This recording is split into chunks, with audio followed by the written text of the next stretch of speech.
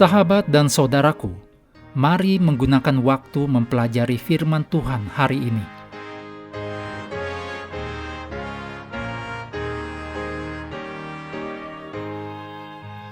Kamis 26 Maret, judulnya Pekabaran untuk Laodikia.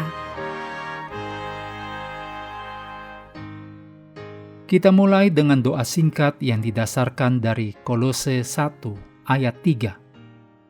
Kami selalu mengucap syukur kepada Allah, Bapa Tuhan kita Yesus Kristus, setiap kali kami berdoa.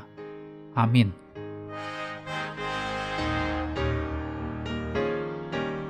Sepanjang sejarah umat Allah dari zaman ke zaman, permasalahan yang sama terus terjadi berulang-ulang. Para nabi menegur Israel karena mereka ingin beribadah seperti dunia dan mendesak Israel untuk bertobat sebelum terlambat. Yesaya bahkan meratapi, kota yang dahulu setia sekarang sudah menjadi sundal. Yesaya 1 ayat 21. Dan Nabi Yesaya mendesak bangsa itu agar kembali kepada Allah guna menerima pengampunan dan penyucian. Yesaya 1 ayat 16-20. Baik Yohanes Pembaptis, juga Yesus menyerukan bangsa Israel untuk bertobat dan menghasilkan buah yang akan tahan dalam penghakiman pada akhir zaman.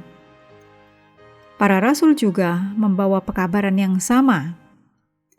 Ini dapat ditemukan dalam Matius 3, Matius 4, pasal 12, juga Kisah Para Rasul 2, pasal 3, pasal 17, serta 2 Korintus pasal 7. Allah akan menyatukan surga dan bumi.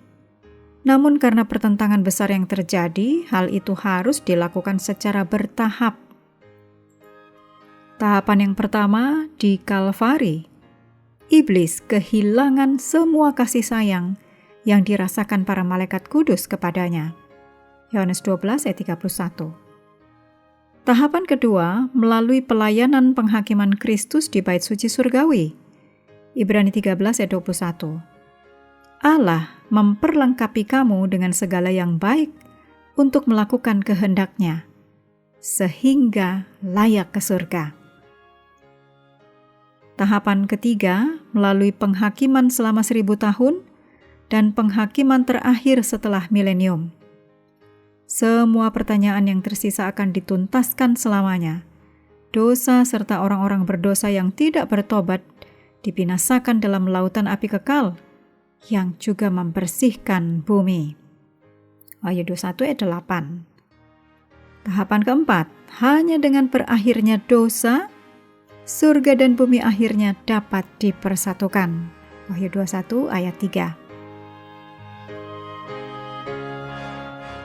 Kutipan Roh Nubuat disadur dari The Acts of the Apostle halaman 472 dan 473.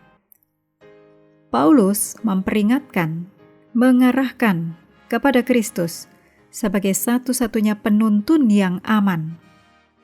Karena aku mau, tulis Paulus, supaya kamu tahu betapa beratnya perjuangan yang kulakukan untuk kamu dan untuk mereka yang di Laodikia dan untuk semuanya yang belum mengenal aku pribadi, supaya hati mereka terhibur dan mereka bersatu dalam kasih, sehingga mereka memperoleh segala kekayaan dan keyakinan pengertian dan mengenal rahasia Allah, yaitu Kristus. Kolose 1 ayat 1 dan 2.